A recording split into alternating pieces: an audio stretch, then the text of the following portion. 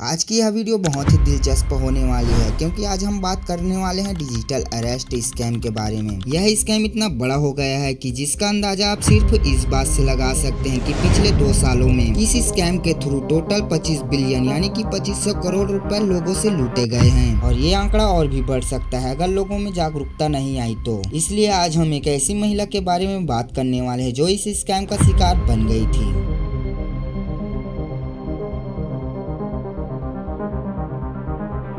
साल 2025 एक 53 वर्षीय महिला जो कि अहमदाबाद के नारायणपुरा में अपनी बेटी के साथ रहती थी। एक दिन अचानक 30 जून की सुबह उनको एक अननोन नंबर से एक व्हाट्सएप कॉल आता है। कॉल पिकअप होने के बाद कॉल करने वाला व्यक्ति खुद को मुंबई पुलिस स्टेशन अंधेरी का अधिकारी बताता है और कहता है कि आपके नाम से नवी मुंबई में एक फर्जी बैंक खाता खोला गया है जिसमें इलीगल एक्टिविटी जैसे मनी लॉन्ड्रिंग में इस्तेमाल हो रहा है। इतना सुनते ही वह महिला एकदम से डर जाती है और सामने वाले व्यक्ति से सबूत मांगने लगती है और इधर स्कैमर भी उस पर अपना विश्वास जमाने के लिए एक फर्जी डॉक्यूमेंट्स भेज देता है जिसमें सुप्रीम कोर्ट का फर्जी लोगो भी होता है और उस डॉक्यूमेंट्स पर यह भी लिखा होता है कि वह महिला अभी जांच के दायरे में है, अगर कोऑपरेट नहीं किया तो कानूनी कार्रवाई तक हो सकती है। इतना सुनते ही वह महिला और भी ज्यादा डर जाती है और सामने वाले व्यक्ति के साथ कोऑपरेट करने लगती है और अब उस महिला से कहा जाता है कि अपना बैंक अकाउंट और आधार हमसे शेयर करे ताकि हम ये कंफर्म कर सके कि आप मनी लॉन्ड्रिंग जैसी इलीगल एक्टिविटी में शामिल नहीं हैं। अब इतना सुनने के बाद वह महिला अपने सारे बैंक डिटेल्स और डॉक्यूमेंट स्कैमर के बताए गए व्हाट्सएप नंबर पर सेंड कर देती है और उधर से स्कैमर उनको मनी लॉन्ड्रिंग जैसे इलीगल एक्टिविटी में शामिल होकर के कंफर्म कर देता है और कहता है कि अगर आपको इन सब से बचना है तो मेरे बताए गए खाते पर पैसे सेंड कर दो और केस क्लोज करवा लो। इतना सब सुन के वह महिला उनकी बात मान जाती है और स्कैमर के बताए गए खाते पर बैंक में जाकर के टोटल 15 लाख रुपए भिजवा भी देती है और इन सब का खुलासा तब होता है जब उनका दामाद घर पर आता है और उस महिला को वीडियो कॉल पर जुड़ी हुई देख लेता है जो कि लगभग 3 दिनों से जुड़ी हुई होती है। अब शक होने पर उनका दामाद पास के ही पुलिस स्टेशन पर जाता है और कंप्लेंट फाइल कर देता है मगर तब तक बहुत देर हो चुकी होती है क्योंकि स्कैमर ऑलरेडी पैसे लेके गायब हो चुका होता है।